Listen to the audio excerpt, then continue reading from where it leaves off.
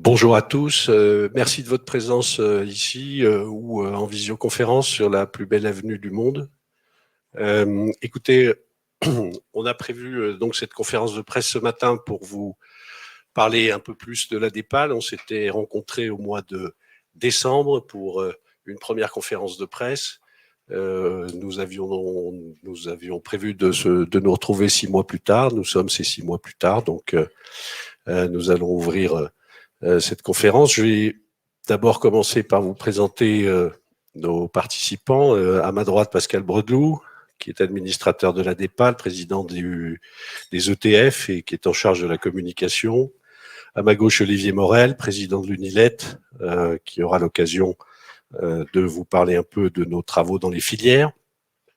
Et puis, dans la salle, Christian Divin, directeur général de la DEPAL, et Karima Kassi, directrice générale adjointe, qui pourront, le cas échéant, répondre à vos questions techniques, s'il y en avait, puisque on n'a pas la prétention, ni Pascal, ni Olivier, ni moi, d'avoir la connaissance de tous les sujets que traite la DEPAL. Le déroulé de cette présentation se fera en 3 temps. Un premier temps dans lequel je vais vous parler de la DEPAL et de ses spécificités. Un deuxième temps dans lequel Pascal Bredlou développera le baromètre que nous suivons maintenant depuis près d'1 an, qui est trimestriel et qui reprend les éléments que nos entreprises nous confient, en confidentialité bien sûr. Et puis Olivier nous parlera du cas spécifique des légumes surgelés en conserve, qui sont à la fois issus des filières agricoles françaises, mais aussi de toutes les problématiques que nous pouvons avoir à l'aval, notamment vis-à-vis de la distribution. Bien évidemment, on répondra à toutes vos questions. Ce que je vous demanderai, si vous voulez bien, c'est de les garder pour la fin. Arnaud Narcy d'Adocom prendra dans le chat l'ensemble de vos questions, et je parle de ceux qui sont en visioconférence, et puis on y répondra bien évidemment le mieux possible. Voilà, je crois que j'ai rien oublié, Arnaud. Non, ça va très bien. Alors, premier point, revenir un petit peu sur ce qu'est la DEPAL et ce qui nous caractérise. La DEPAL, c'est une des principales fédérations professionnelles de l'agroalimentaire en France. Mais nous avons la prétention de penser que c'est aussi le vrai visage de l'industrie alimentaire française, à la fois parce que nous représentons des entreprises, des PME, des ETI et des TPE qui sont ancrées dans les territoires, à la fois parce que nous sommes adhérents à travers nos syndicats d'un certain nombre d'interprofessions, dont on parlera plus précisément, et puis à la fois aussi parce que nous fabriquons des produits alimentaires, nous sommes dans le quotidien des Français, que ce soit au petit déjeuner que vous avez devant vous, que ce soit au déjeuner ou au dîner. Notre association a été créée en 1980 et elle regroupe aujourd'hui 6 syndicats métiers qui couvrent de nombreuses familles, des produits d'épicerie d'abord, que ce soit des produits d'épicerie salés ou des produits d'épicerie sucrés, je pense aux confitures par exemple, des aliments en conserve, que ce soit de la conserve métallique ou de la conserve en verre, mais aussi du riz, des légumes secs, des produits déshydratés, des champignons, et c'est à peu près l'essentiel pour les produits d'épicerie. On représente aussi des produits surgelés, puisque nous avons parmi nos adhérents le syndicat des entreprises des surgelés, qui fait des fruits et légumes, des poissons, des plats préparés, des pizzas, des desserts, des produits de boulangerie. Des produits frais réfrigérés. Pascal, à ma droite, est président du syndicat du traiteur frais. Le traiteur frais a un spectre très large, à la fois un spectre très large de produits, qui vont de la pizza, des salades, des sandwichs, en passant éventuellement, et en passant aussi par le saumon, le surimi, qu'est-ce que je pourrais ajouter encore, Pascal? Les plats cuisinés, bien sûr, et donc tous les produits traiteurs qui connaissent aujourd'hui des croissances assez fortes, mais on en reparlera. Et puis des fabricants de produits de fruits et de légumes qui sont frais, qui sont prêts à l'emploi. Je pense à tous les produits de 4e gamme, donc les salades en sachet, mais aussi tous les produits de fraîche découpe qui aujourd'hui sont en plein développement. Vous avez ensuite devant vos yeux donc les logos des syndicats dits de métier que nous représentons, les entreprises du traiteur frais, la Fédération des aliments et industriels des aliments conservés, donc ça ce sont les conserves, la FNLS qui est la Fédération nationale des légumes secs et notamment des légumineuses dont on aura l'occasion de reparler, qui sont aujourd'hui très plébiscitées. Le SVFPE, j'en parlais tout à l'heure, ce sont les salades 4e gamme.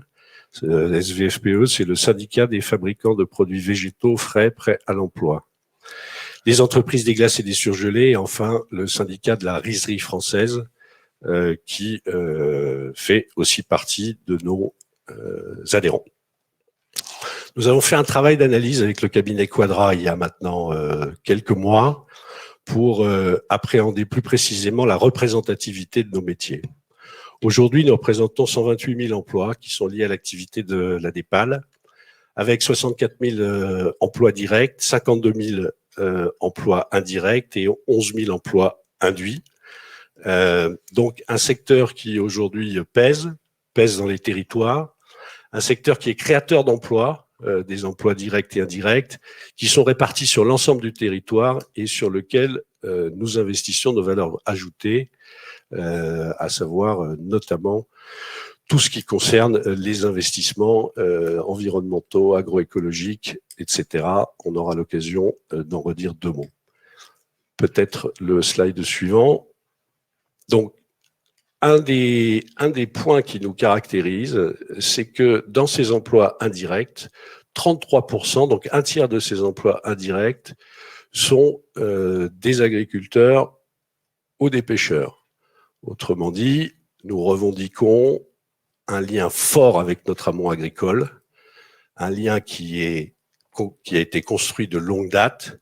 Olivier en reparlera tout à l'heure, que ce soit sur les fruits, que ce soit sur les légumes, que ce soit sur le foie gras, que ce soit encore sur d'autres métiers qui sont aujourd'hui en cours de structuration. Et là aussi, on pourra peut-être en dire 2 mots.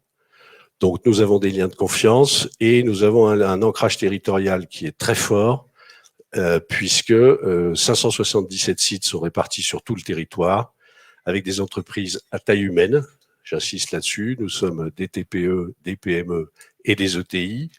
Nous sommes aussi des entreprises de toute nature, qu'elles soient coopératives, qu'elles soient privées ou qu'elles soient artisanales. Et c'est un des points de différenciation que nous revendiquons. Nous représentons à la fois des marques emblématiques de la tradition culinaire française, mais aussi nous sommes de gros fournisseurs de marques de distributeurs qui, vous le savez, pèsent de l'ordre de 30% du marché dans la plupart des marchés alimentaires. Nous avons une spécificité aussi, c'est que nos centres d'intérêt et de décision sont en France. C'est un point important pour nous. La France, c'est pas qu'un marché. La France, c'est aussi le pays dans lequel nous évoluons. C'est aussi le pays dans lequel nous avons grandi, pour la plupart, dans lequel nous vivons, dans lequel nos salariés vivent. Et donc, nous avons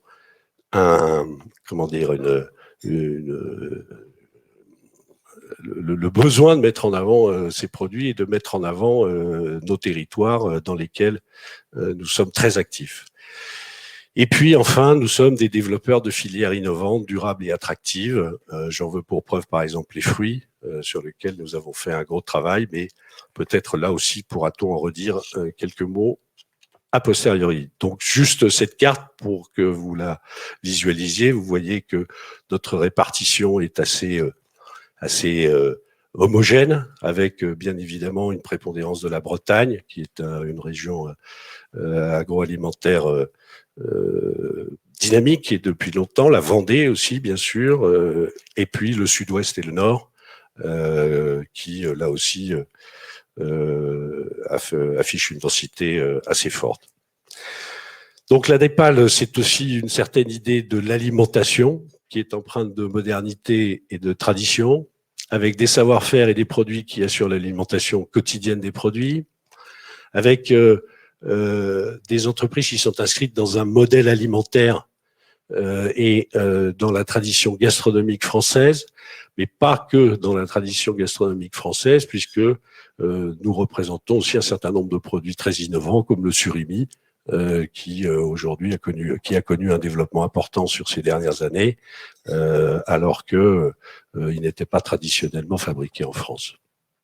Des produits accessibles, c'est un point important. La montée en gamme, c'est très bien. Le bio, c'est très bien. Les produits sans résidus, c'est très bien.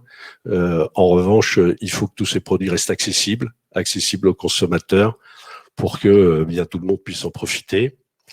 Des entreprises qui sont engagées dans la transition agroécologique, et c'est une de nos revendications, nous y reviendrons, mais nous avons besoin de financer la transition agroécologique et nous le faisons autant que possible au quotidien, malgré des valeurs ajoutées qui sont insuffisantes. Et puis, nous revendiquons une contribution à la réalisation de la souveraineté alimentaire et industrielle du pays, qui s'est illustrée d'ailleurs dans le cadre de la crise Covid, dans lequel nos entreprises ont continué, et malgré les difficultés que ça a généré, à livrer, à fabriquer et à nourrir les Français.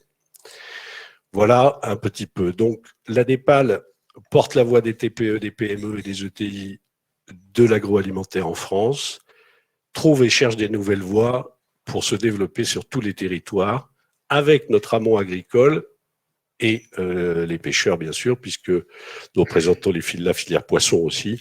Je n'ai peut-être pas suffisamment insisté là-dessus au démarrage, mais le poisson est aussi un point très important et très plébiscité par les consommateurs, pour des raisons nutritionnelles, notamment, et de goût. Voilà un petit peu un petit portrait assez rapide de la DEPAL. Bien évidemment, s'il y a d'autres questions, on y répondra en fin de conférence. Je vais laisser la parole à Pascal Baudelou maintenant pour vous présenter le baromètre de l'activité des PME alimentaires françaises et notamment ce travail que nous faisons maintenant depuis près d'une année pour tâter le pouls de nos industriels et surtout anticiper les problématiques qui pourraient venir. Voilà, Pascal, à toi. Merci Jérôme, merci beaucoup. Bonjour à toutes et à tous. Effectivement, quand on a la chance d'avoir une telle représentativité des entreprises agroalimentaires françaises, eh bien, on s'en sert. Nous avons mis en place ce baromètre. Alors, c'est un baromètre trimestriel. On a maintenant de l'antériorité, plusieurs trimestres derrière nous qui nous permettent d'avoir des éléments concrets, mesurables, fiables, de la situation des entreprises qui sont membres de notre fédération, et puis ça constitue vraiment un baromètre des activités. Il ne s'agit pas d'une étude chiffrée. On est bien à consulter nos adhérents, à recueillir l'information, et puis à essayer de la mettre en œuvre pour faire ressortir les points saillants dont je vais vous présenter quelques données.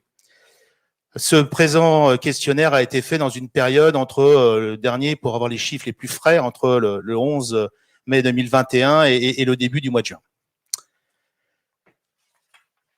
Qu'est-ce que l'on peut en tirer tout de suite? D'abord, un point essentiel, la confiance. Un net regain de la confiance des entreprises alimentaires. Vous le voyez, une progression importante depuis novembre, 41, 56% en mars.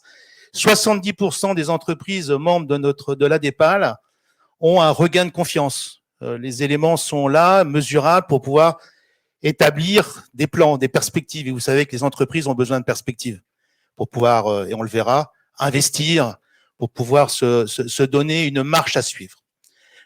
Donc, ces résultats, ils sont engrangés aujourd'hui très récents, en tenant compte de ce que tous les gens savaient à ce moment-là.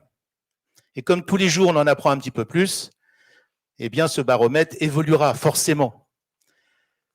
En plus, quand on regarde les prévisions sur le deuxième trimestre, pardon, ces entreprises ont aussi une vision assez intéressante et claire de l'augmentation du chiffre d'affaires. Ils étaient 26% anticipés la hausse de chiffre d'affaires au premier trimestre en mars 2021. Ils sont maintenant 45, presque 46% à entrevoir une hausse de chiffre d'affaires pour le deuxième trimestre 2021, qui est pratiquement fini. Donc, des données fiables, sérieuses, qui sont aussi le regain, et vous le voyez, avec des hausses, des baisses, mais en tout cas des éléments concrets, mesurables, de stabilité, de hausse, certes mesurée, mais des fois des hausses très importantes dans certaines catégories. Jérôme Foucault en a parlé. Certaines catégories bénéficient plus que d'autres, donc les entreprises qui font ces catégories ont plus d'avantages que d'autres. Quand on a la confiance, quand on a des perspectives de hausse de chiffre d'affaires, on ne peut avoir qu'envie d'investir. Ça ne peut pas être autrement. Surtout quand on vient de faire 10 aides pendant plus de 12 mois. Et quand je dis 10 aides, je dis, on a restreint pratiquement beaucoup des investissements. On a fait de la peinture, on a commandé des pièces. Quand elles arrivent, et vous le verrez que les approvisionnements ne sont pas si faciles à faire, même qu'une petite carte électronique ou une petite puce n'arrive pas facilement en France. Eh bien, malgré tout, les industriels veulent investir. Et vous le voyez, plus de 78% d'entre eux ont cette envie, ont cette capacité. 8 entreprises sur 10 ont prévu d'investir au deuxième trimestre. Ce sont des gens en cours et les perspectives vont grandissantes. Certes, pas mal d'aides et de plans de progrès ont aidé à cette perspective. Il y a eu des mesures qui ont été mises en place pour pouvoir faciliter ces investissements. Donc, confiance, investissement, et puis bien sûr, la création d'emplois. Quand on a confiance, qu'on a du chiffre d'affaires, qu'on va faire des investissements, eh bien, les emplois, c'est nécessaire.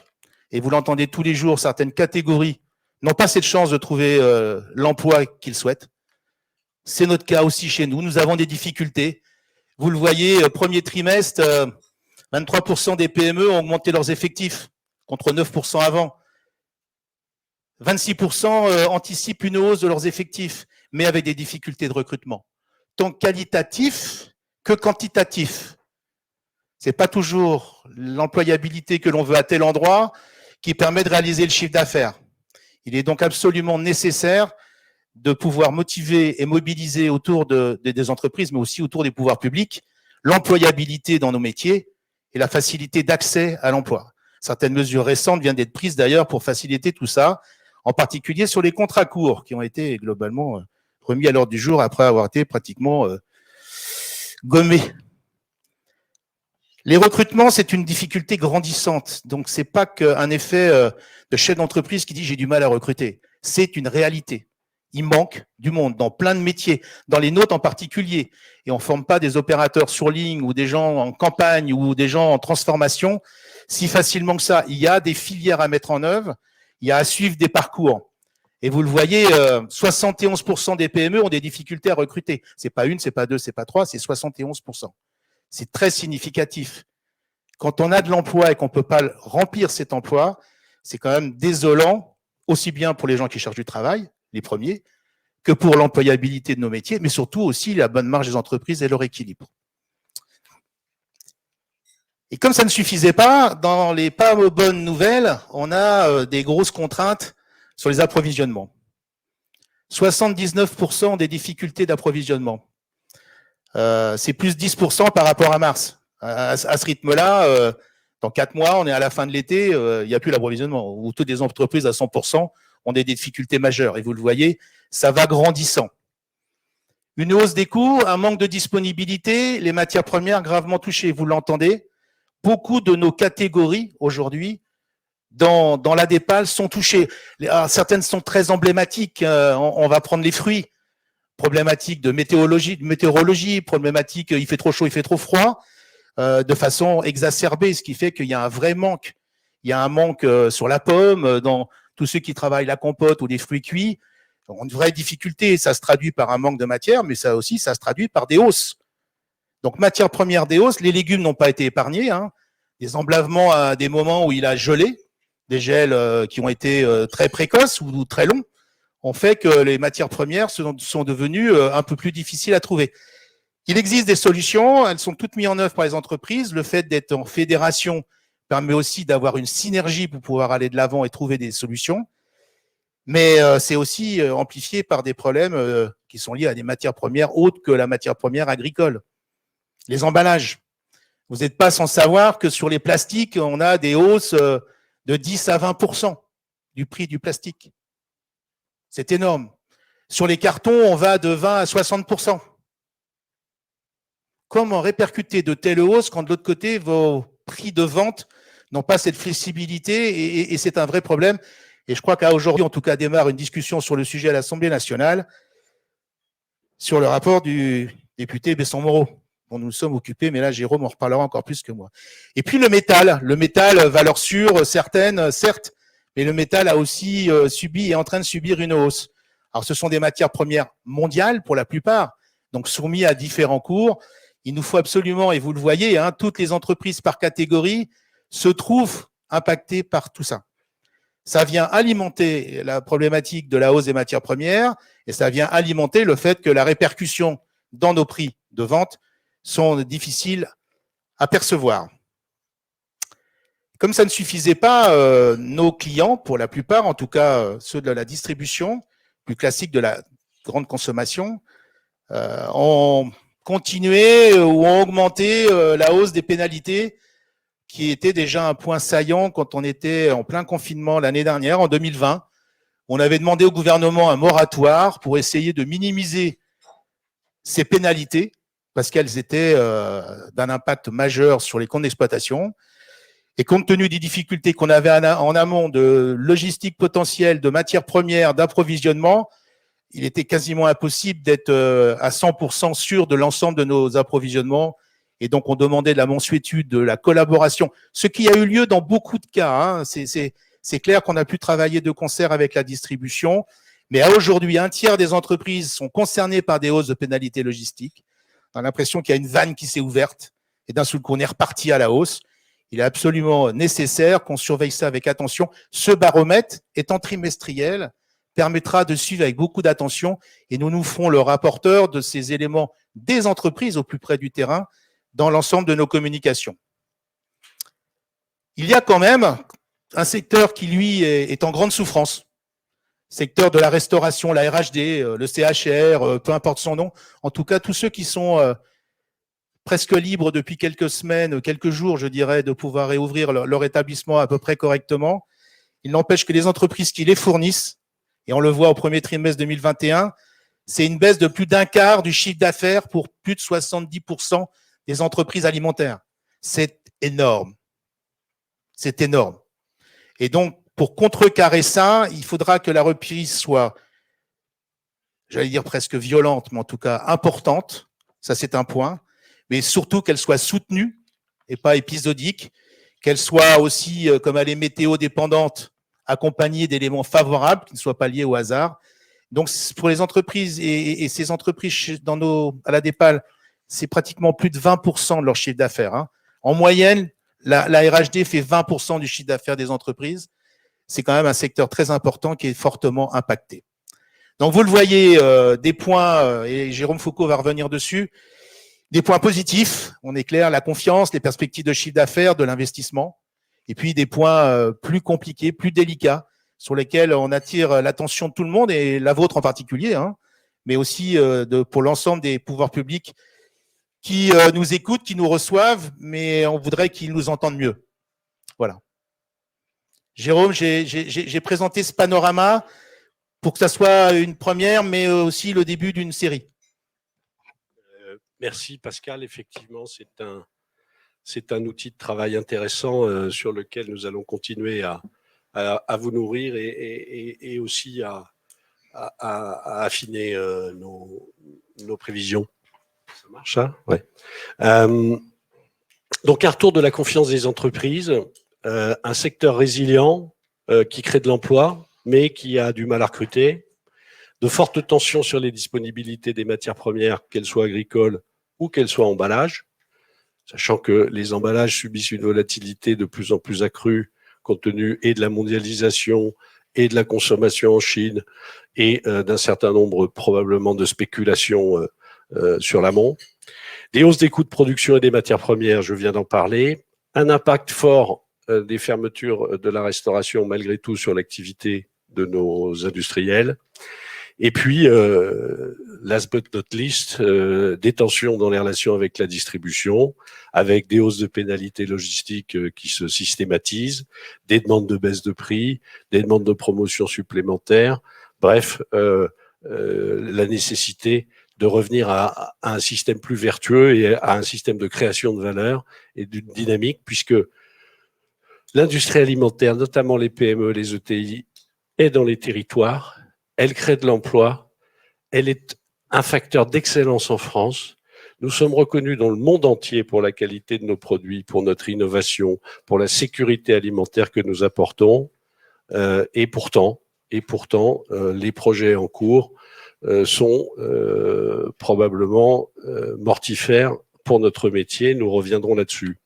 Avant ça, je voudrais passer la parole à Olivier Morel pour vous donner un exemple concret de l'Unilette, qui est l'interprofession des légumes en conserve et des surgelés, et qui travaille en partenariat vertueux avec l'amont et l'aval, qui aujourd'hui souffre, alors que un partenariat avec l'amont agricole existe depuis des années. Merci Olivier. Bien, merci Jérôme, merci pour l'invitation. Bonjour à tous. Alors rapidement, qu'est-ce que l'Unilette, puisque notre nom n'est pas forcément très explicatif, et j'ose espérer qu'un certain nombre d'entre vous étaient présents lors de la conférence de presse que nous avions donnée au début de l'année 2021. Donc l'Unilette, c'est l'interprofession qui regroupe tout ce qui est la transformation de légumes, donc légumes surgelés et en conserve, donc avec 2 collèges, et ça c'est important.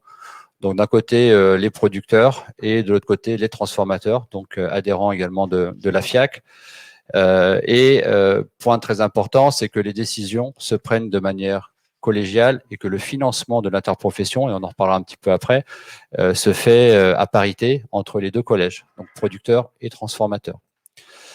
Alors aujourd'hui, concrètement sur le territoire français, ce que vous ayez présent à l'esprit, c'est que 1/3 des hectares dédiés à la culture du légume sont destinés à la transformation. Donc c'est 4500 producteurs qui sont engagés avec nous, qui produisent et alimentent 23 usines réparties sur 3 bassins de production, donc les Hauts-de-France, qui représentent environ 50% de la production nationale, le bassin Bretagne-Pays de Loire, environ 1/3 des hectares, et le bassin Sud-Ouest.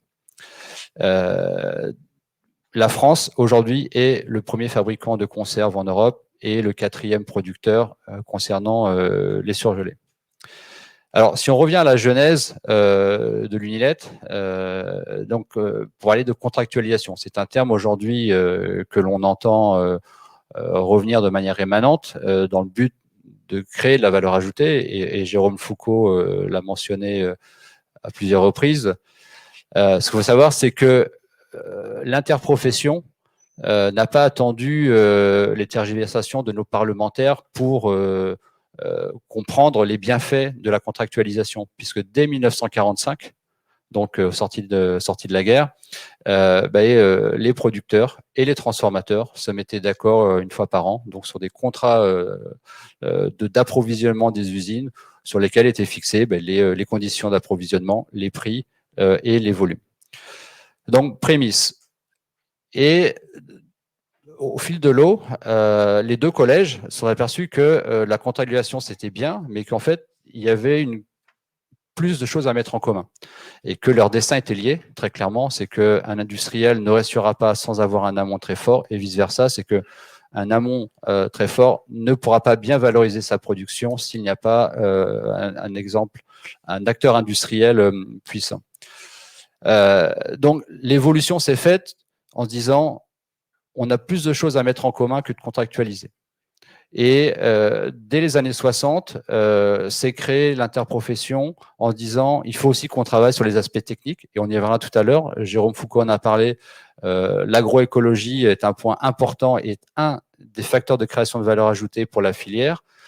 Mais dès les années 60, l'Unilette a mis en place ce qu'on appelle des stations d'expérimentation pour justement accompagner les producteurs. Aujourd'hui, l'Unilette, c'est un budget de fonctionnement de 2 millions d'euros. Il y a 35 personnes, 35 salariés permanents qui travaillent, et 3 stations d'expérimentation qui travaillent de concert entre les producteurs et les industriels pour développer de nouvelles variétés, pour expérimenter de nouvelles variétés ou techniques de binage pour accompagner la transition agroécologique. Et j'y reviendrai, c'est un point extrêmement important, puisque aujourd'hui, quand on parle d'agroécologie, il faut bien que vous ayez présent à l'esprit, c'est qui finance la transition agroécologique. Nous étions sur un modèle agricole avec des acteurs qui avaient intérêt à financer la recherche, il faut les nommer, les firmes phytosanitaires, mais quand on va sur du bio ou sur de l'agroécologie, ces acteurs, forcément, y ont moins d'intérêt. Et d'où l'intérêt ou le rôle clé aujourd'hui de l'UNILET sur tout ce qui est recherche et développement au niveau de l'agroécologie. Et ça, c'est très important. Donc, partenariat très, très fort. Alors, si on peut passer au suivant, s'il te plaît, oui. Malgré ça, et c'est un des points aujourd'hui qui nous préoccupe forcément, quand on regarde l'évolution des prix sur les 20 dernières années, alors c'est un indice en base 100 sur l'année 2010, qu'est-ce que nous voyons de manière très concrète, c'est que les prix ont baissé ou n'ont pas permis de juguler l'inflation. Et ça, vous le voyez, c'est terrible, notamment sur la partie surgelée. Parce que vous voyez qu'en l'espace de 20 ans, donc l'inflation a pris quasiment 25%, et que dans le même temps, les prix ont baissé. Donc ça veut dire qu'il y a un différentiel avec l'inflation de 26%. Alors ça, quand on est dans l'économie, c'est terrible. Et vous revoyez, parce que je ne voudrais pas sombrer dans la démagogie en disant qu'il y a un acteur qui a capté toute la valeur ajoutée, et c'est le nerf de la guerre, et ce qui nous obsède aujourd'hui en tant qu'entreprise, c'est la création de valeur ajoutée. Et on voit bien que, si on passe sur le slide suivant, c'est que on pourrait se dire, la grande distribution a capté toute la valeur ajoutée. Je nuancerai un petit peu nos propos en disant qu'aujourd'hui, la guerre des prix que se livre la grande distribution a abouti à de la destruction de valeur ajoutée. Puis si vous regardez ces mêmes courbes sur 10 ans, on voit bien que les prix de vente consommateurs de légumes surgelés, par exemple, sont passés de 2,10 € à 1,85 €, 1,83 €, pardon. Donc, c'est-à-dire que facialement, aujourd'hui, malgré tout ce qui s'est passé, malgré la transition écologique, le consommateur peut acheter 1 kg de légumes surgelés moins cher qu'il ne l'achetait il y a 10 ans, avec tout ce qu'on a connu. Et si je vais même un petit peu plus loin, je pousse le raisonnement en disant que c'est une équation économique qui est terrible, c'est que dans le même laps de temps, on pourrait se dire, ça peut faire partie des stratégies de se dire, je baisse les prix, je rends mon produit plus abordable et je vais chercher du volume. Or, dans le même laps de temps, c'est qu'on a abouti à une baisse des volumes consommés, tant sur les légumes surgelés et apertisés en France. Alors, hors effet Covid. C'est vrai que depuis 18 mois, on a eu une résurgence de la consommation sur nos produits, mais sur les 10 dernières années, la tendance était à une baisse de la consommation malgré la baisse des prix. Vous imaginez bien l'équation. Alors, la filière a été résiliente. Comment est-ce qu'on arrive à juguler à la fois des baisses de prix et des baisses de volume? Eh ben, on est clairement en mode défensif. C'est que tant les producteurs ont réussi à juguler cet aspect, parce que les rendements, très clairement, sur les 20-30 dernières années, les rendements agricoles s'amélioraient, ce qui permet de gommer une partie de la non-création de valeur ajoutée. Mais vous voyez qu'aujourd'hui, avec les aléas climatiques, la transition agroécologique, si vous prenez par exemple le pois, qui est un des gros légumes de l'UNILET, eh bien, c'est plus le cas. Aujourd'hui, nous avons des baisses de rendement à l'hectare. Les industriels, de leur côté, ont également joué le jeu en rationalisant le parc industriel, ce qui fait que nous sommes passés de 93 usines à aujourd'hui, comme je vous l'ai dit en introduction, 23 sites de production. Mais on arrive au bout, puisque si vous prêtez un œil sur les rendements haricots verts, vous voyez que la transition agroécologique et les aléas climatiques font que on n'est pas sur des produits, alors je ne vais pas parler du traiteur, je ne vais pas offenser mon ami Pascal, mais nous sommes très fortement dépendants de la nature puisque 100% des hectares emblavés sont des hectares, ce qu'on appelle de plein champ. Donc nous subissons les aléas climatiques. Et si vous regardez la courbe sur les haricots, vous voyez bien qu'il y a des campagnes qui se passent bien, des campagnes avec les rendements qui sont moins bien.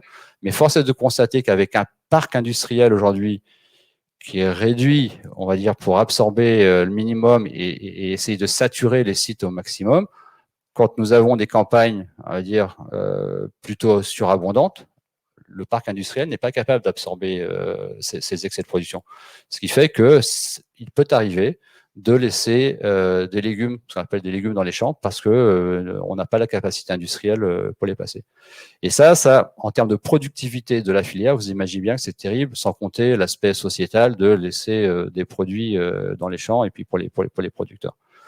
Donc, on arrive au bout d'un système. Et le seul moyen de sortir de cette équation, c'est la création de valeur ajoutée. Parce que dans le même temps, nos produits sont plébiscités et que si nous n'arrivons pas à renverser cette tendance, il va se passer que on va perdre des producteurs parce que les producteurs ne voudront plus nous suivre, ne voudront plus emblaver pour les légumes destinés à la transformation.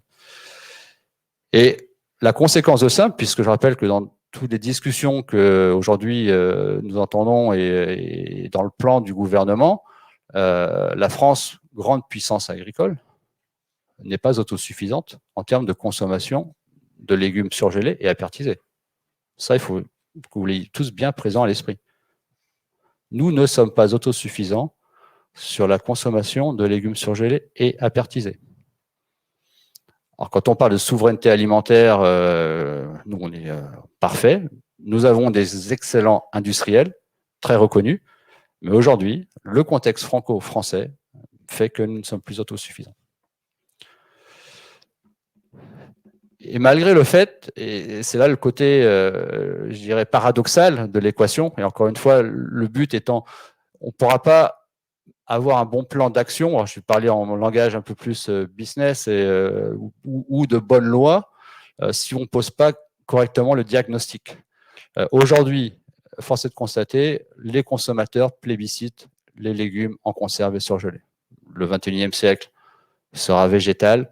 On a des produits qui sont faciles à se conserver, qui sont quelque part abordables, et vous voyez des taux de pénétration qui sont extrêmement élevés, avec 81% des Français qui consomment des légumes surgelés et 97% sur les légumes apertisés. Donc, les produits sont fortement plébiscités. Mais il manque un maillon, c'est cette création de valeur ajoutée. Alors, en tant qu'interprofession, on l'a très bien compris. Aujourd'hui, il y a tout un plan de filière qui a été mis en place, l'agroécologie, le développement, le bio, vous inquiétez pas, hein, tout ce que ce soit les producteurs, le monde agricole ou les transformateurs, on est tous parfaitement au courant de ce que cherchent les consommateurs.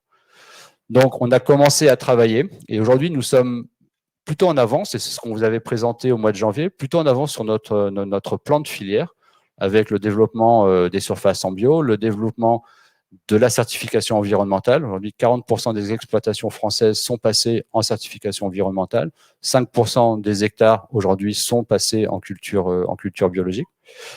L'origine France fortement plébiscitée. Alors on a mis 800 références, mais maintenant on est, je pense, à plus de 1000 références qui portent le logo fruits et légumes de France. Et on veut même aller plus loin, puisque malgré le fait que nous ayons dans l'interprofession forcément des marques, des entreprises qui sont concurrentes, on a réussi à trouver un socle commun en disant le collectif est plus fort. Et donc, on engage d'ici, cette année, nous avons engagé la réflexion pour avoir une démarche de RSE. Mais, quelque part, et c'est l'objet de notre intervention, et c'est pour ça que je remercie Jérôme de nous avoir invités, c'est que, vous voyez, une filière qui est résiliente, vertueuse, dans un contexte qui est défavorable, aboutit à la destruction de valeur ajoutée. Et ça, c'est quand même terrible. Le constat est posé. Je ne dis pas qu'on a la solution. On a des idées, mais on ne pourra pas s'en sortir s'il n'y a pas une réflexion et quelque part le diagnostic qui est partagé de manière collective. Voilà. Merci. Merci Olivier. Effectivement, ces chiffres parlent d'eux-mêmes. Juste une remarque, tu dis le 21e siècle sera végétal, j'espère qu'il ne sera pas que végétal, à la fois pour le goût, pour le plaisir et pour la santé. Un petit mot de l'actualité, donc pour revenir sur ces propos et cette présentation.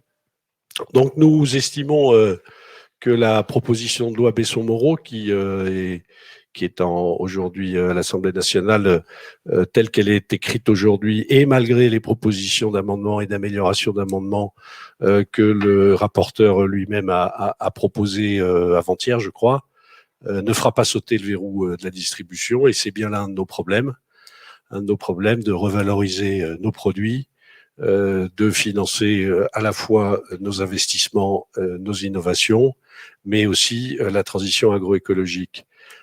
Très clairement, et c'est ce que je disais en introduction, nous revendiquons d'être le vrai visage de l'industrie alimentaire parce que nous sommes des PME, nous sommes dans les territoires et nous fonctionnons avec des valeurs ajoutées qui sont insuffisantes. Elles sont insuffisantes pour faire tout ce qu'on nous demande, en même temps que, comme l'illustrait parfaitement Olivier, nous n'avons pas la capacité à créer cette valeur dans la mesure où la distribution ne permet pas de répercuter nos hausses, et je dis la distribution, mais la restauration collective notamment, pour être dans la même veine. Donc nous partageons bien sûr l'ambition de Grégory Besson-Moreau et des députés pour améliorer le revenu des agriculteurs. C'est chez nous une constante, à la fois dans le légume, mais aussi dans le fruit, mais aussi dans le foie gras, mais aussi dans le poisson. Bref, c'est un travail que nous faisons de longue date. Par contre, nous estimons que cette proposition de loi est une mauvaise réponse à un vrai problème. Principalement parce qu'elle ne prend pas en compte et les spécificités et les enjeux des PME alimentaires françaises.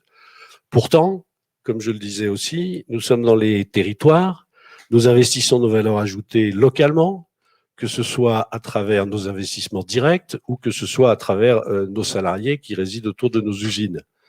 Et c'est bien là le paradoxe ou le problème, c'est que nous pouvons être un vrai relais de croissance pour les territoires, pour la création d'emplois, pour l'aménagement du territoire, pour le maintien des savoir-faire sur les territoires, puisque nos usines utilisent un certain nombre de sous-traitants, que ce soit des électromécaniciens, que ce soit des agents de maintenance, que ce soit des gens qui travaillent à la qualité ou à la sécurité de nos sites.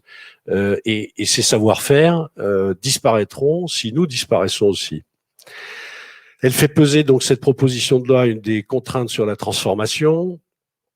Répercuter les coûts, bien évidemment, c'est une obsession chez nous.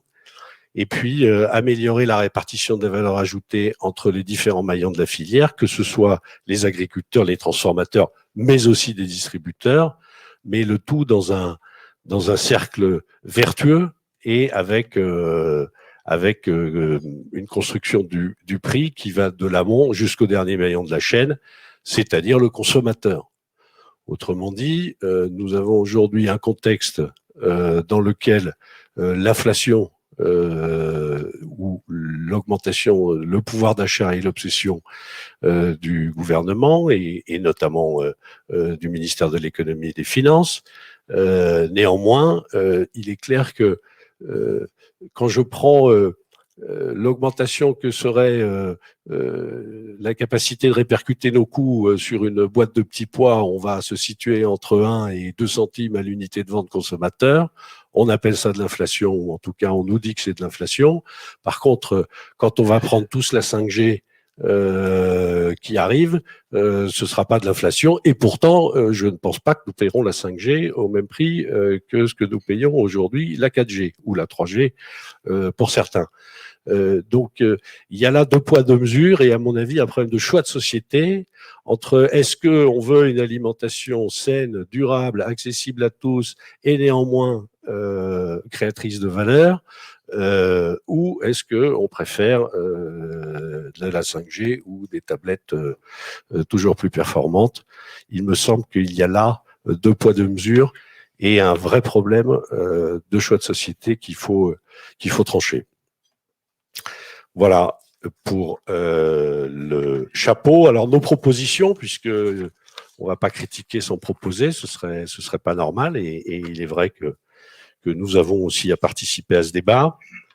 Donc nos propositions, elles sont finalement assez peu différentes de celles qu'on peut entendre à droite et à gauche. Cela dit, vous avez vu que nous les avons illustrées et qu'elles s'appuient sur une représentativité de nos industries dans les territoires qui est à mon avis, qui est à notre avis une solution à un certain nombre de problématiques de désertification régionale.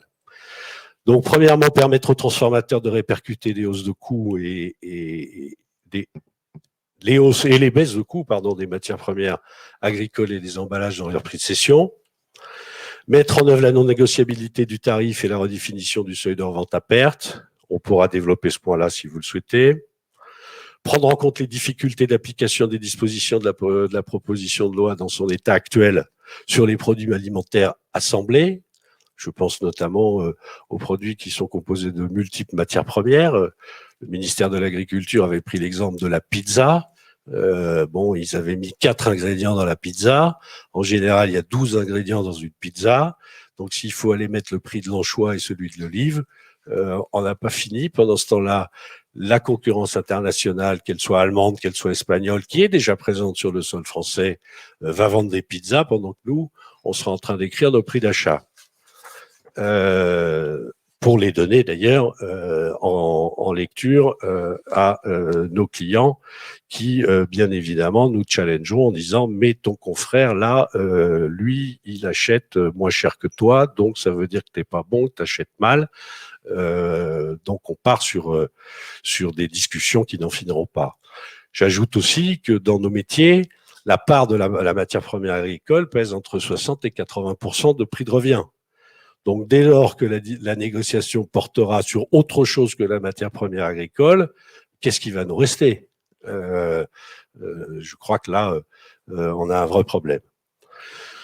Nous avons fait aussi donc concrètement des propositions dans le cadre de cette PPL à travers des amendements qui ont été portés par un certain nombre de députés. Donc, apporter des précisions sur la notion de matière première agricole. Est-ce qu'on parle de la farine ou est-ce qu'on parle du blé? Est-ce qu'on parle du cochon ou est-ce qu'on parle du jambon? Bien sûr. Prendre en compte dans la formation des prix les investissements des entreprises et des exploitations agricoles dans la transition agroécologique et plus largement dans la responsabilité sociétale des entreprises dans laquelle nous sommes tous engagés. Alors, que ce soit de manière processée, que ce soit de manière concrète, nous sommes engagés dans cette transition agroécologique. Beaucoup de nos entreprises, dans beaucoup de nos entreprises, le patron connaît tous ses salariés. Si c'est pas tous ses salariés, c'est 80%. Donc, de la RSE, il en fait au day-to-day pour bien évidemment améliorer et la qualité de son produit et le bien-être au travail de ses salariés et le rayonnement de l'entreprise à l'échelle territoriale. Voilà pour nos propositions. On va répondre aux questions après. Juste un mot avant pour vous dire que dès lors que nous avions, il y a 6 mois, prévu cette conférence de presse, de la même manière, nous allons travailler à un plan qui sera baptisé Ambition 2025 pour relancer les entreprises agroalimentaires françaises, essayer de faire valoir cette excellence dont je parlais tout à l'heure, que le monde entier connaît, mais qu'en France, on néglige, alors que, vous l'avez vu, c'est un gisement d'emploi, c'est une fierté pour la France. Nous puisons aussi dans des traditions culinaires et gastronomiques ancestrales. C'est, à mon avis, du gâchis de laisser l'industrie alimentaire, et notamment les PME françaises, se déliter telle que elle se délite.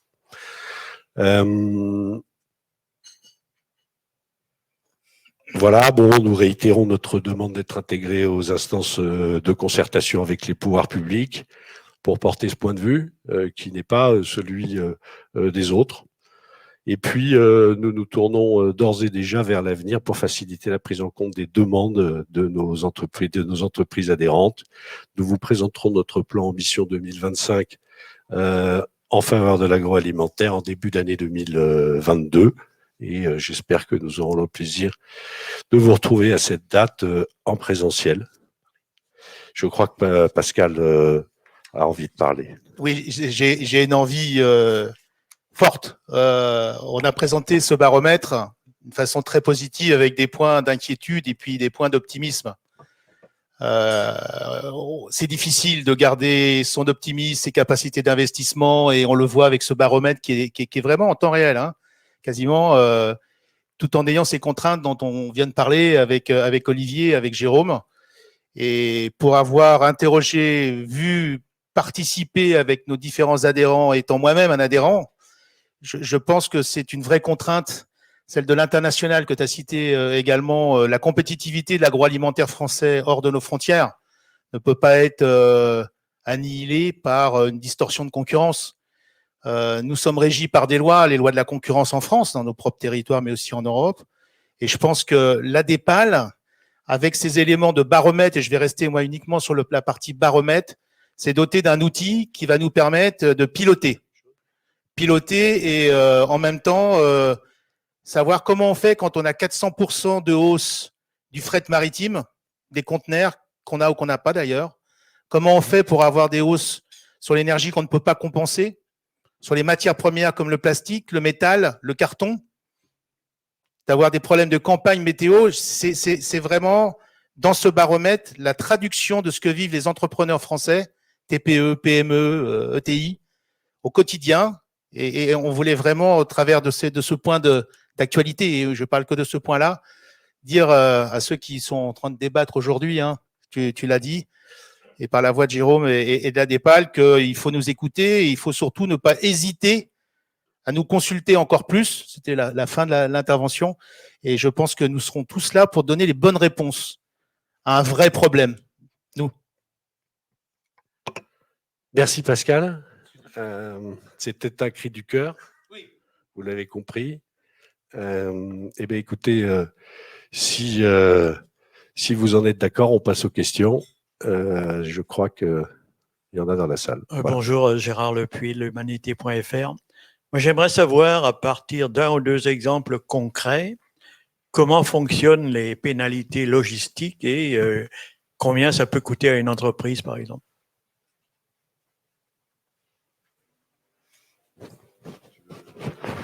On est plein à pouvoir vous répondre. Je vais commencer parce que j'étais chaud en plus.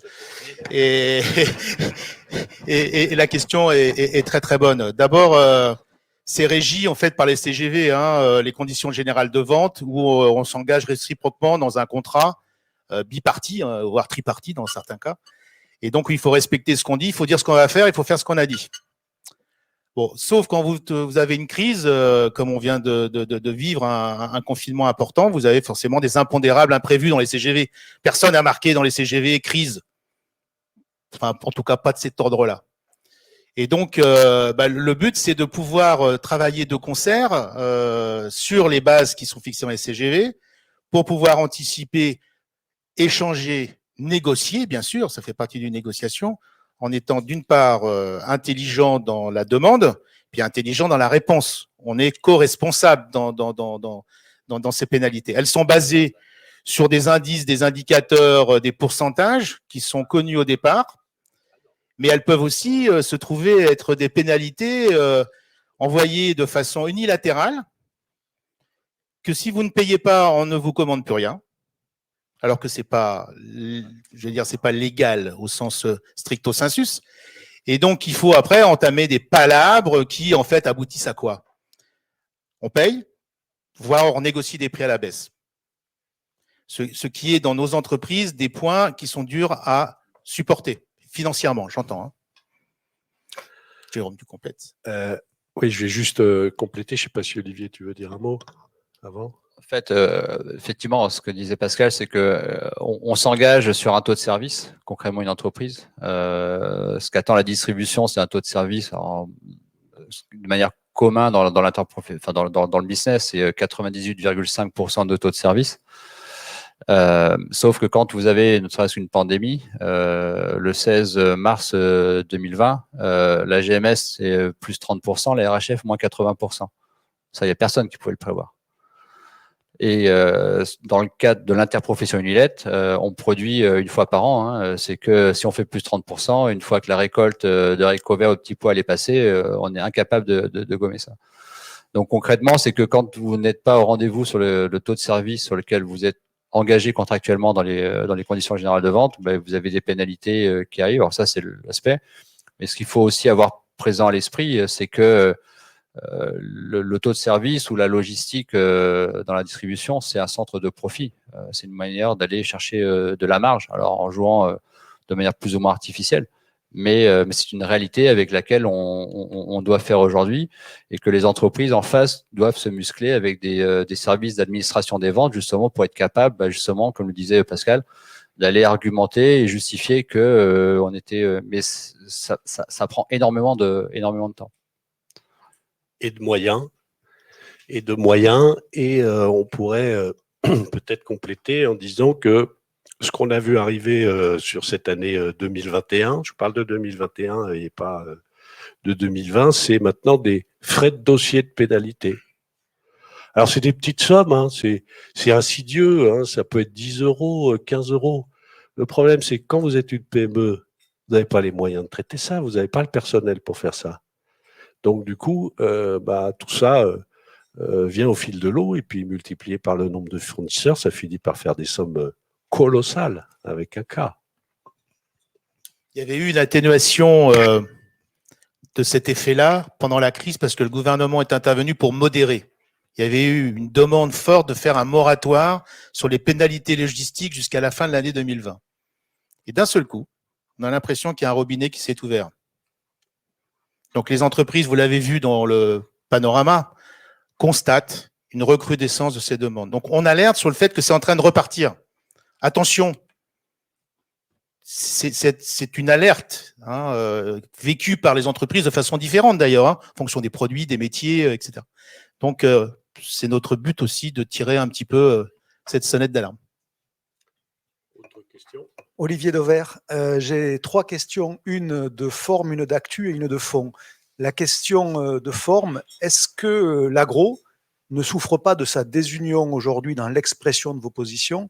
Parce que factuellement, vous êtes en gros les grands perdants de la PPL. Si on le regarde à froid, c'est vous qui vous faites baiser pour la faire court. À date, j'entends bien. Mais donc, question de forme, est-ce que finalement, il ne manque pas une vraie voix de l'agro parce que vous êtes éclatés, ça part, vous rentrez les uns chez les autres. Enfin, on ne sait plus qui parle au nom de l'agro. Deuxième question sur l'actu.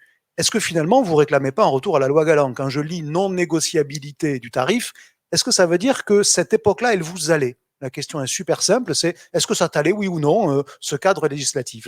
Et la troisième qui me semble être la plus importante, c'est une question de fond, c'est vous vous plaignez, et à aucun moment je n'ai entendu, notamment dans la bouche d'Olivier sur la baisse du prix de vente des légumes, d'introspection sur, mais a priori, si sur le temps long, le prix kilo baisse, c'est qu'a priori, le client, c'est à ce niveau-là qu'il vous met. Et est-ce qu'il n'y a peut-être pas une réflexion à faire sur comment on crée de la valeur, nous, avant d'aller demander aux autres qui ne la détruisent pas? Parce que je vous rappelle quand même que quand vous regardez les évolutions valeur-volume, tout marché du PGC depuis 15 ans, chaque année sans exception, je ne parle pas de l'année Covid, évidemment, trop particulière, l'évolution en valeur est supérieure à l'évolution en volume. Ce qui veut quand même dire que le prix kilo de ce que les Français mettent dans leur chariot progresse. Pas de bol, ce n'est pas pour les légumes. Mais est-ce qu'il n'y a pas peut-être un peu d'introspection à faire? Merci Olivier. Voilà 3 questions intéressantes. Je laisserai peut-être la parole à Olivier pour reparler marketing notamment et création de valeur. Sur la représentation de l'industrie alimentaire, nous estimons que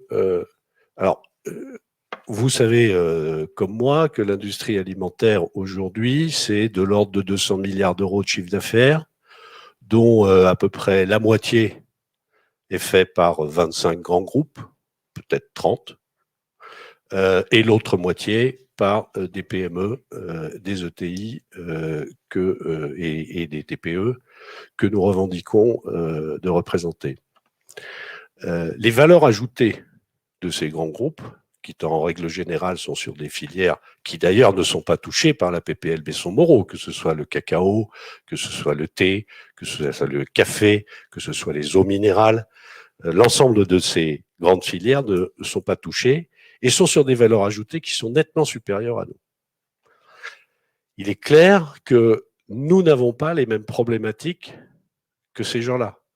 Pour eux, la France est un marché.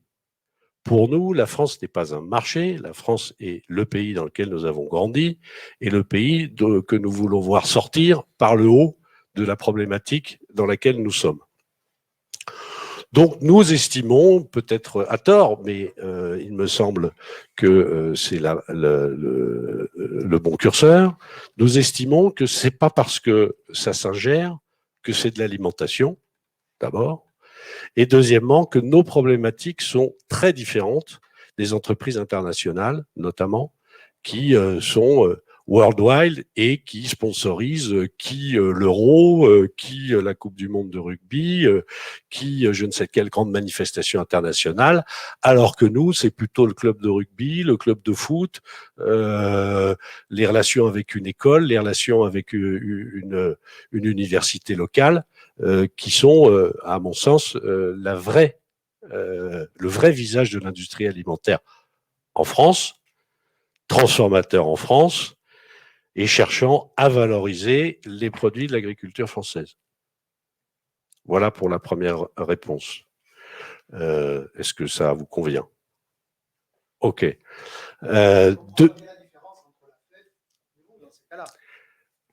Si la question c'est, il y a les petits, les gros, ben, des petits ou des moyens, il y en a à l'ILEC. Ouais. Le groupe MOM, c'est un moyen. Vous en avez à l'ANIA, vous en avez à la FEF, vous en avez chez vous. Et c'est juste une question de méthode dans l'expression de vos revendications, sans contester qu'elles soient bonnes ou mauvaises. C'est qui parle au nom de l'agro? Notre revendication à nous, et vous citiez un de nos confrères, la FEF, vous savez comme moi que la FEF a des statuts qui font que ce sont uniquement des entreprises privées, que le dirigeant doit être au capital, que la FEF s'occupe essentiellement de relations industrie-commerce et de relations avec la distribution, alors que, et c'est aussi la raison de la présence d'Olivier ici, nos syndicats, eux, sont composés d'adhérents qui sont coopératifs, privés, voire artisanaux, que nous sommes participants et parties prenantes dans un certain nombre d'interprofessions, donc avec des liens avec l'amont agricole qui sont des liens ancestraux. On a parlé de 1945, c'est pas d'hier. Et que nous revendiquons de parler aussi de problèmes de transition agroécologique, de relations avec Citeo, de relations avec les conventions collectives. Nous gérons une convention collective. Donc notre spectre est beaucoup plus large que celui de la FEF que vous citiez par exemple. Vous citiez ensuite l'ILEC. L'ILEC représente les marques. C'est la commission industrie-commerce de l'ANIA. On est tous d'accord là-dessus. Nous sommes des fabricants de marques de distributeurs. Nous ne sommes pas des fabricants de marques, que des fabricants de marques.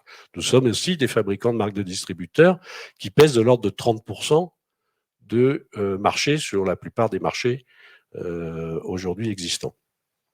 Donc voilà pour la représentation et la représentativité que nous revendiquons.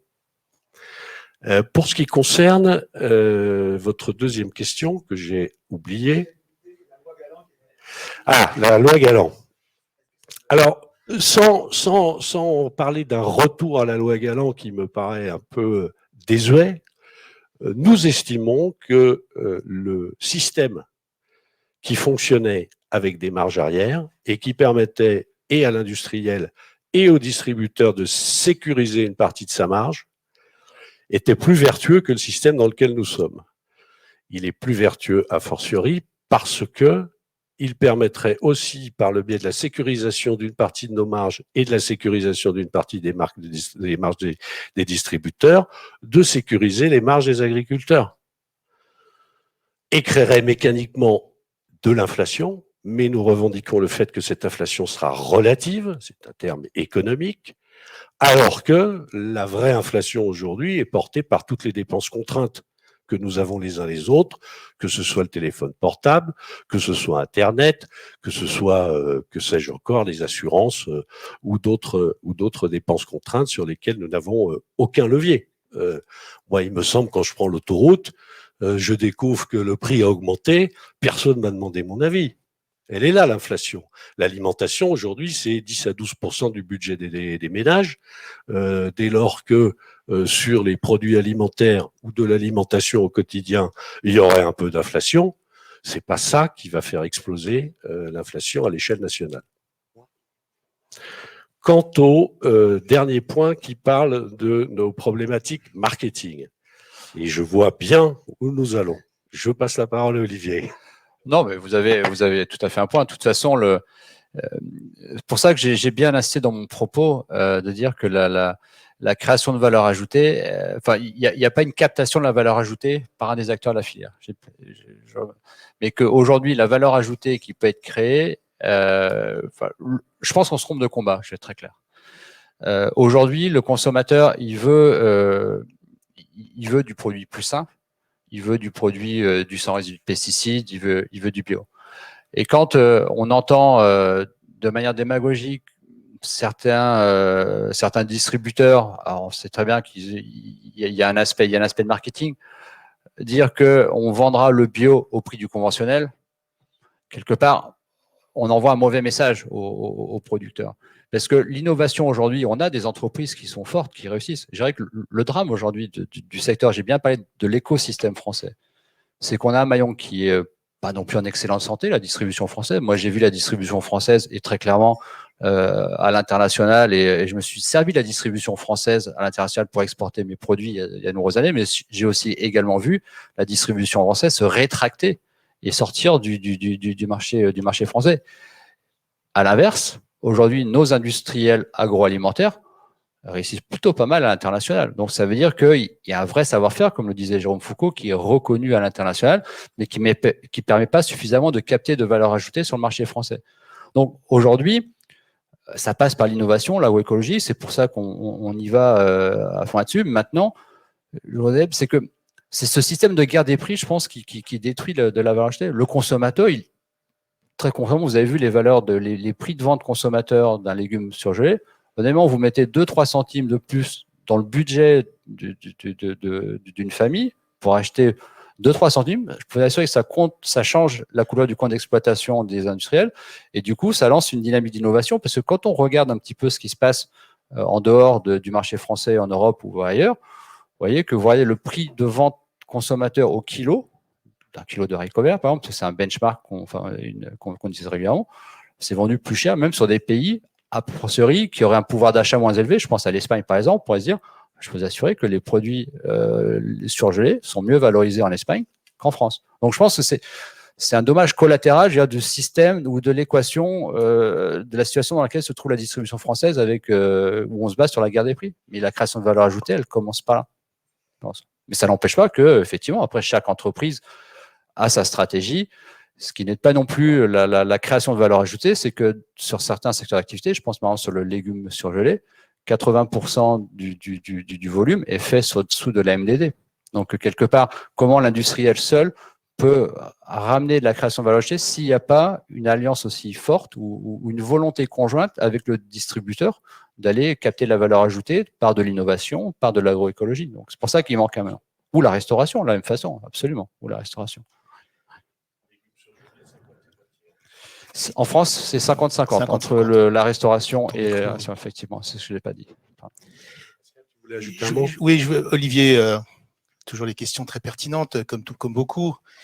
Il y a un point qu'on a cité qui est très clair. Nous ne sommes pas en désaccord du tout avec l'idée originelle de cette PPL, qui était la revalorisation, l'aide au maintien, voire l'augmentation du revenu agricole.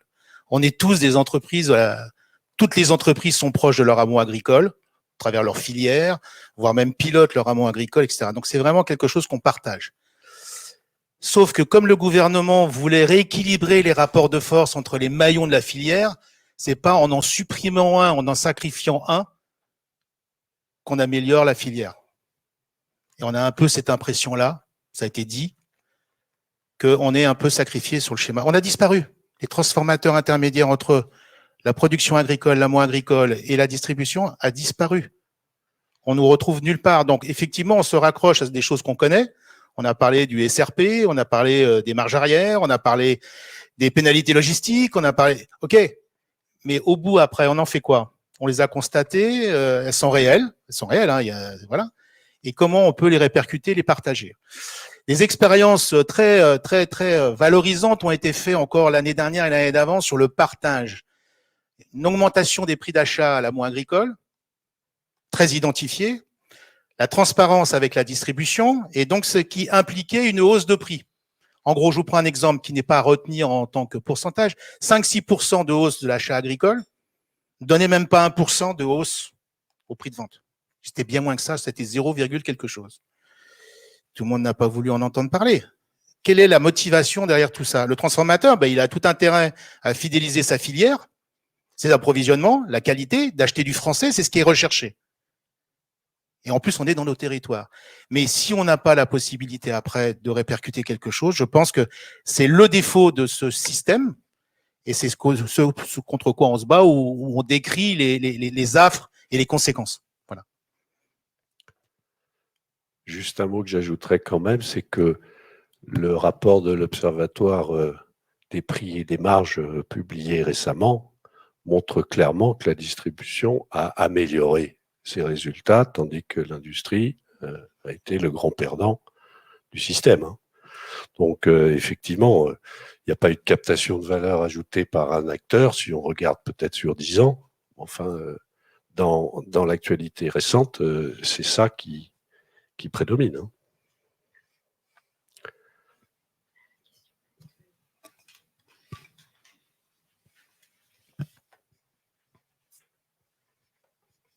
Bonjour, donc Laurent Bénard de RIA.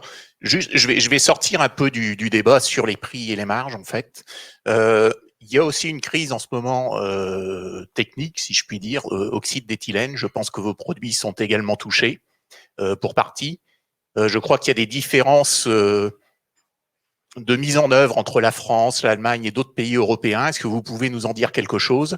Et peut-être, je crois que ça a un impact fort sur les entreprises agroalimentaires.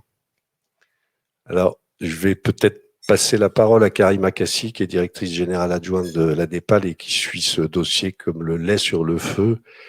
Et depuis son origine, ça y est, on a réussi à faire l'unité autour de ce sujet, mais ça a été long. Karima? Oui, effectivement, il y a une crise en cours. Ah oui, allez-vous. Oui. Pardon. Non, c'est bon. Peut-être, oui, ce qu'on peut dire, c'est que sur cette crise en cours, l'ensemble de l'industrie alimentaire est mobilisé aux côtés des autorités depuis le début de cette crise pour améliorer les contrôles et se mobiliser et faire les retraits-rappels qui ont été mis en œuvre par rapport à ce qu'a décidé la Commission européenne sur un rappel de précaution. Et donc, ça a été fait par les entreprises. La France a appliqué ces mesures de rappel de précaution très largement en France. Après, aujourd'hui, c'est vrai qu'on peut constater qu'au niveau de l'Europe, les mesures ne sont pas faites de la même façon dans chaque État membre. Et donc, on suit de près cette discussion avec les autorités françaises sur la manière dont la Commission européenne applique les mesures de gestion harmonisées dans toute l'Europe.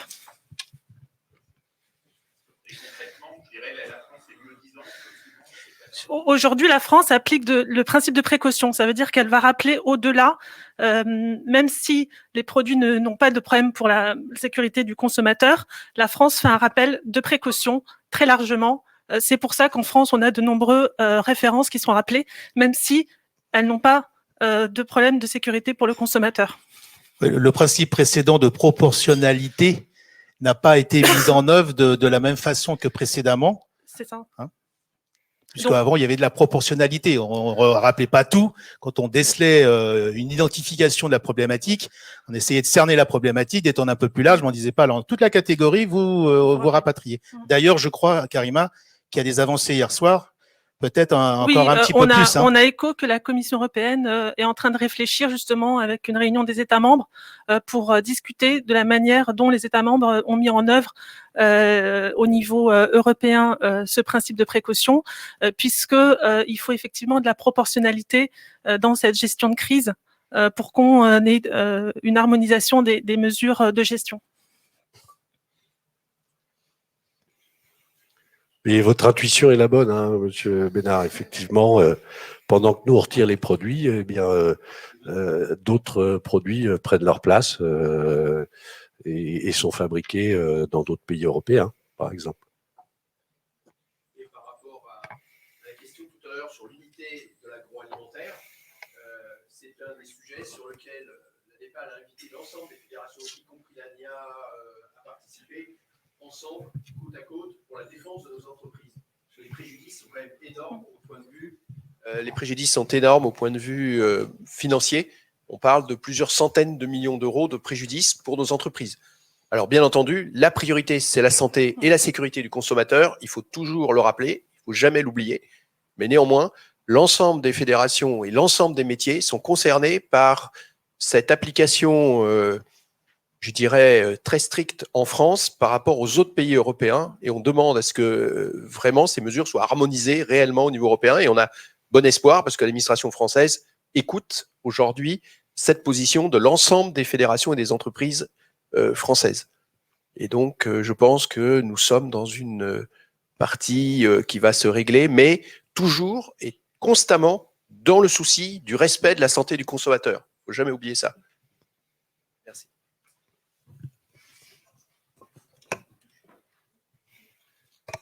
Bonjour. Oui, Olivier Masbou. Attends, Olivier. Olivier Masbou pour l'agence de presse Socopac. Vous avez terminé votre intervention sur la question de la représentativité. J'avais compris que votre adhésion à la CPME et la création d'un collège alimentaire au sein de la CPME devait régler ce sujet. Ce n'est pas encore le cas? Question, tu prends? Alors, fonctionne? Oui. Donc, Christian Divin, directeur général de la DEPAL.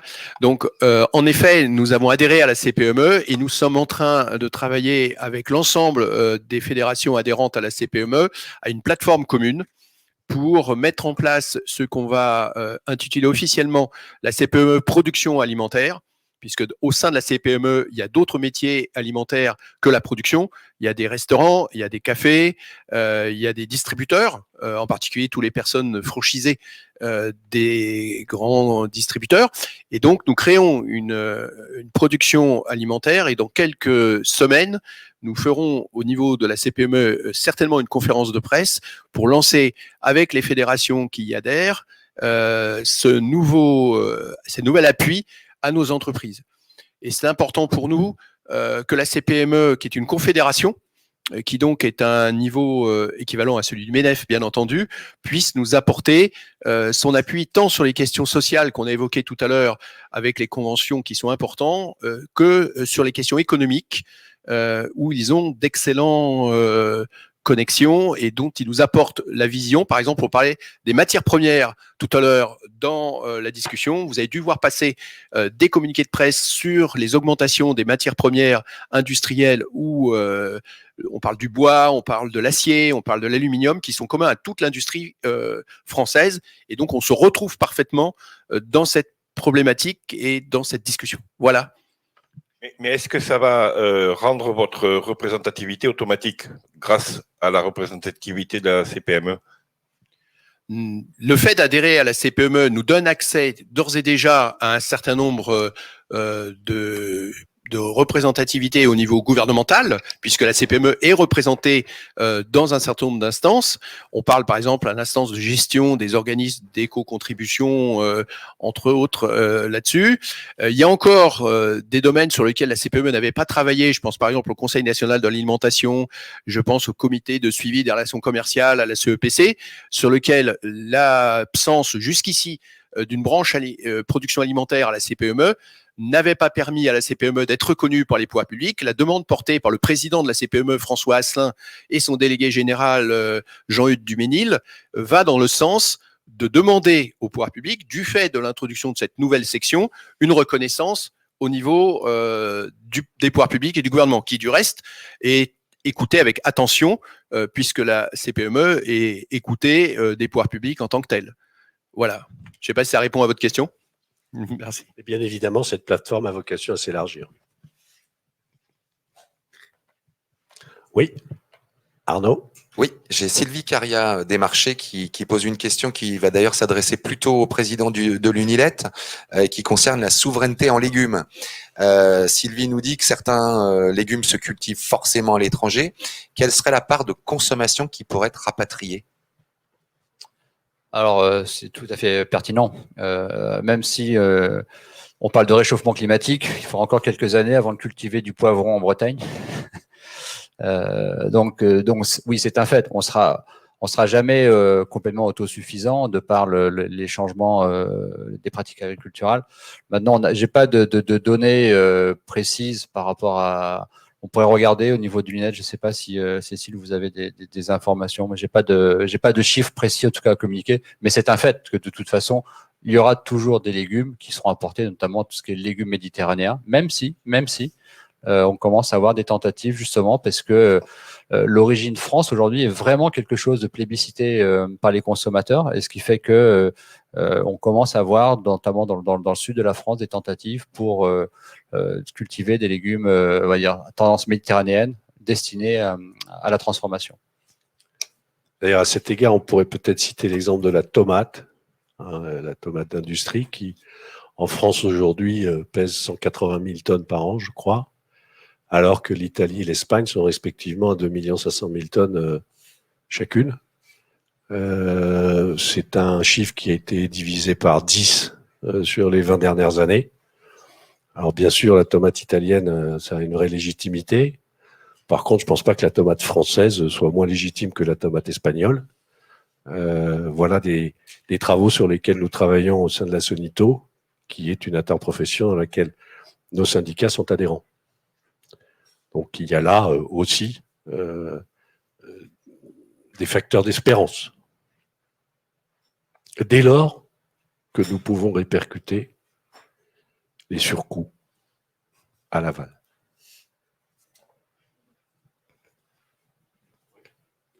Une autre question, ou plutôt une confirmation. J'ai Jean-Luc Giquel qui nous demande de confirmer les chiffres qui ont été cités tout à l'heure par Jérôme Foucault.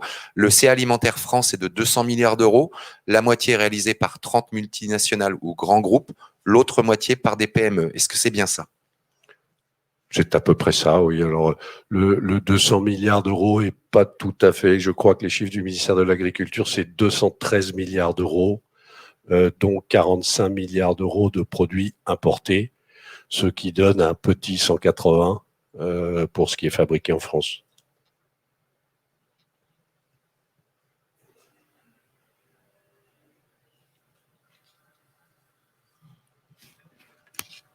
D'autres questions? Oui. Bonjour, Olivia Detroya du Figaro. Une précision sur vos difficultés d'approvisionnement sur les matières premières, notamment industrielles. Est-ce qu'il y a un risque de pénurie, comme on a pu les connaître il y a quelques mois, sur les emballages? Merci. Écoutez, à ce stade, il n'y a pas de risque de pénurie identifié. Néanmoins, comme le mentionnait Pascal, et comme on le disait tout à l'heure, la Chine avale 50% des matières premières mondiales à l'heure actuelle, avec des engorgements dans ces ports qui ont été relatés d'ailleurs dans un certain nombre d'articles devant journaux. Donc on surveille ça comme le lait sur le feu, avec, je crois, plusieurs centaines de bateaux qui attendent, de porte-containers qui attendent dans les ports chinois pour pouvoir débarquer parce qu'il n'y a pas de place. Donc tout ça crée des engorgements qui pourraient générer des pénuries ponctuelles, mais ce ne seront pas des pénuries, a priori, ce ne seront pas des pénuries de longue durée, mais des pénuries conjoncturelles liées à des problématiques d'engorgement. Pascal, tu voulais ajouter? Oui, compléter sur le fait qu'en dehors de la matière première, effectivement, qu'il faut surveiller comme le lait sur le feu, c'est évident, il y a aussi toute la partie, j'en prends qu'un exemple, électronique. Une petite puce électronique peut vous mettre une ligne de production à plat, et si vous n'avez rien pour la remplacer, votre ligne ne tourne plus. Et comme les légumes ont la fâcheuse habitude de pousser à un seul moment de la même façon, bah, si vous n'êtes pas prêt à ce moment-là, vous créez un manque. Alors, c'est pas partout pareil au même moment, mais c'est une vraie contrainte, comme on le voit dans d'autres métiers. On a vu les voitures il n'y a pas très longtemps, des problématiques. Avant, c'était les ventes, maintenant, c'est la production. Donc, effectivement, les effets induits de ces problèmes de pénurie, de pièces, d'électronique qui viennent de produits, enfin de pays plutôt Asie et son environnement, sont des problématiques que l'on surveille, comme le SAV. Les gens ayant investi pas mal dans des matériaux performants pour essayer de gagner en productivité et puis de répondre à la pression sur les prix, ont aussi fait appel à des entreprises qui maintenant sont basées dans tel ou tel pays Et ça aussi, ça pourrait être peut-être rapatrié, car on a un vrai savoir-faire sur les équipements de production dans nos pays, en France comme les pays proches de l'Europe. Donc ça, c'est un point important. Olivier, tu voulais ajouter un mot? Juste pour la préoccupation que vous exprimez illustre encore une fois la nécessité d'avoir une autonomie alimentaire. Puisque, quelque part, nous, ça nous préoccupe forcément en tant qu'industriel, effectivement, d'avoir l'approvisionnement en matières premières, en équipement, et que ce soit sur les puces, le plastique. Quelque part, on est sûr d'avoir une chose, c'est qu'on a la matière première. Je vous assure, il y a des marchés aujourd'hui qui sont plus fortement déficitaires d'un point de vue alimentaire, et on l'a vu surtout en crise Covid. On a reçu des appels de certains pays avec lesquels on ne commerçait pas, qui étaient désespérés de sécuriser de la matière première pour alimenter leur marché. Donc c'est pour ça que cette notion d'autonomie alimentaire, il faut vraiment qu'on l'ait bien présent à l'esprit. C'est une arme géostratégique dans le contexte du XXIe siècle. On a cette chance, encore.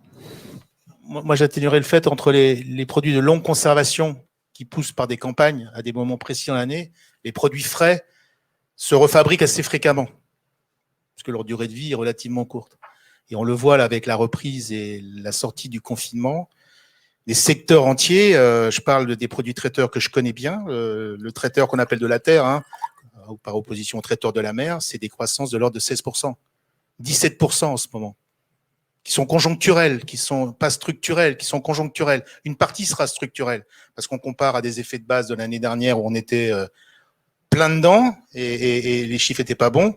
Mais ça veut dire que là aussi, il faut pouvoir absorber, comme le disait Olivier, même dans les produits frais, des demandes de production qu'on n'a jamais vu avec des 60, 70, 80% sur des semaines où il faut trouver la marchandise, il faut trouver les gens, il faut leur donner des vacances en même temps. Enfin, tous ces éléments que vous connaissez bien.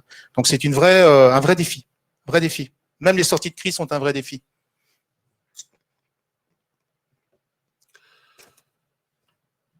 Ok. Mais écoutez, si les questions sont terminées, nous vous remercions de votre attention, de votre venue pour ceux qui ont pu se déplacer en présentiel. Et puis, on se donne rendez-vous dans 6 mois pour vous parler du plan ADEPAL 2025 et de notre ambition de porter la voix des entreprises dans les territoires. Merci à tous et à toutes, et puis à très bientôt.